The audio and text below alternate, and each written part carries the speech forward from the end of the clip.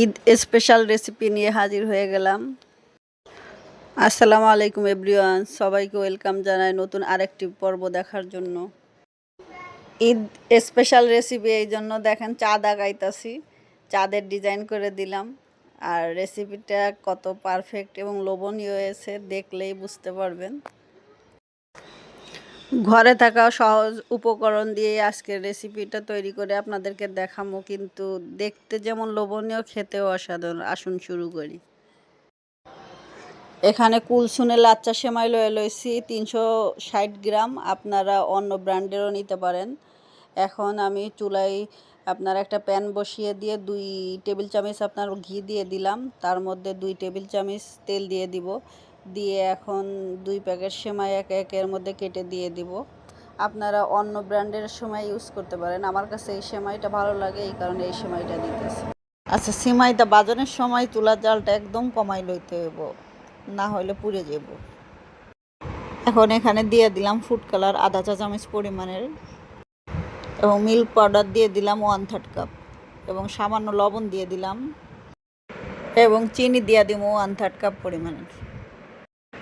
একদম লো হিটে এটাকে বাছতে থাকবো। আর চিনিটা আপনি বুঝা দিবেন, কেননা চিনি আরও 2 ধাপে এর মধ্যে ব্যবহার হইব, এর কারণে চিনিটা বুঝে ব্যবহার করবেন। এভাবে বাছতে বাছতে যখন মুচমুচে হয়ে আইব তখন এটাকে নামাই লব। আমার 8 থেকে 10 মিনিটের মতো সময় লাগছে, আমার এটা রেডি হয়ে গেছে। এখানে আমি 1 লিটার পরিমাণ ফুল ক্রিম দুধ লইলাম। এখন চুলাটাকে অন করে দেব, দিয়ে এটাকে জাল করতে থাকবো। দুধটা জাল হইতে থাকুক, এদিকে আমি একটা মিশ্রণ তৈরি করে লই। একটা বাটিতে এখানে 2 টেবিল চামচ পরিমাণের কাস্টার্ড পাউডার লইছি। এখন তার মধ্যে 1/2 কাপ পরিমাণ পানি দিয়ে দিলাম। এটা গুলায়া এখন সাইড করে রাইখা দেব। দুধ যখন জাল করতে করতে 800 গ্রাম হয়ে যাব, তখন এর মধ্যে 1/3 কাপ চিনি এবং স্বাদ মতো লবণ দিয়ে দিলাম। এখন এর মধ্যে 1/3 কাপ দুধ দিয়ে দেব। এখন এর মধ্যে 1 চা চামচ পরিমাণ ভ্যানিলা এসেন্স দিয়ে দেবো। ভ্যানিলা এসেন্সটা কম দিব, যেহেতু কাস্টার্ড পাউডারের মধ্যে ভ্যানিলা এসেন্স আছে, এই জন্য 1 চা চামচ পরিমাণ দিলেই যথেষ্ট।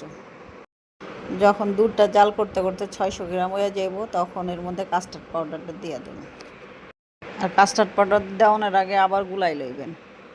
আবার গুলাই লইছি, এখন কাস্টার্ড পাউডারটা দিয়ে দিলাম।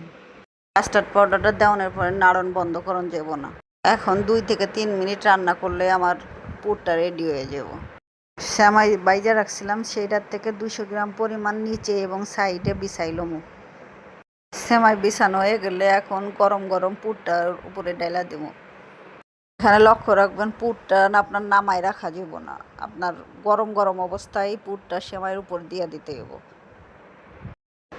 আমি পুরের থিকনেসটা যে পর্যায়ে রাখছি ঠিক এই পর্যায়ে রাখবেন।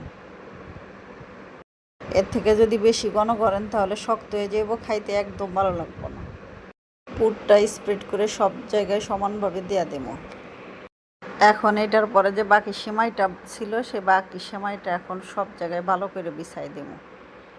এখন নরম লাগতেছে, কিন্তু যখন ঠান্ডা হয়ে যাব তখন আরও ঠিক হয়ে যাব। আমার সেমাই বিছানো হয়ে গেছে, এখন চলে যাবো তৃতীয় স্টেপে। এখন একটা প্যানের মধ্যে 1/3 কাপ চিনি দিয়ে চুলাটাকে অন করে দেব। বাঁচতে বাঁচতে পানি ছেড়া দিব। পানি ছেড়া দিলে অপেক্ষা করবো গোল্ডেন কালার আসা পর্যন্ত। যখন এমন একটা কালার আসা পড়বো তখন অল্প অল্প করে পানি অ্যাড করা শুরু করবো। এর থেকে বেশি ভাজন যাব না, এর থেকে বেশি ভাজলে পুরা গন্ধ হইব। এখন 4 থেকে 5 মিনিট জাল করে এটাকে একটা শিরা তৈরি করে নেব। 4 থেকে 5 মিনিট জাল করানোর পরে পুরা চিনিটা গলে একটা পাতলা শিরা তৈরি হয়ে যাবে। এখন একটা চামচের সাহায্যে শিরাটা অল্প অল্প করে পুরা সেমাইয়ের মধ্যে স্প্রেড করে সমানভাবে সব জায়গায় দিয়ে দেবো শিরাটা। খেয়াল রাখবেন শিরাটা কোথাও কম কোথাও বেশি না হয়, সব জায়গায় সমান দেওয়ার চেষ্টা করবেন। যখন শিরাটা পুরো সব জায়গায় দেওয়া হয়ে যাব তখন প্রায় এটা রেডি, শুধু এখন একটু ডেকোরেশন করে নেব। যে কোনো খাবার আপনার দেখতে যত সুন্দর হইব, খাইতেও তত মজা হইব। যেহেতু আমি ঈদ ডেজার্ট বানাইতেছি, এর লাইগা আপনার বাদাম ব্লেন্ড করে এখন বাদাম দিয়ে একটা চা দেখাইলাম। এখানে আমি ডেকোরেশন করানোর লাইগা আপনার 2 ধরনের বাদাম ইউজ করছি, পেস্তা বাদাম এবং কাঠবাদাম।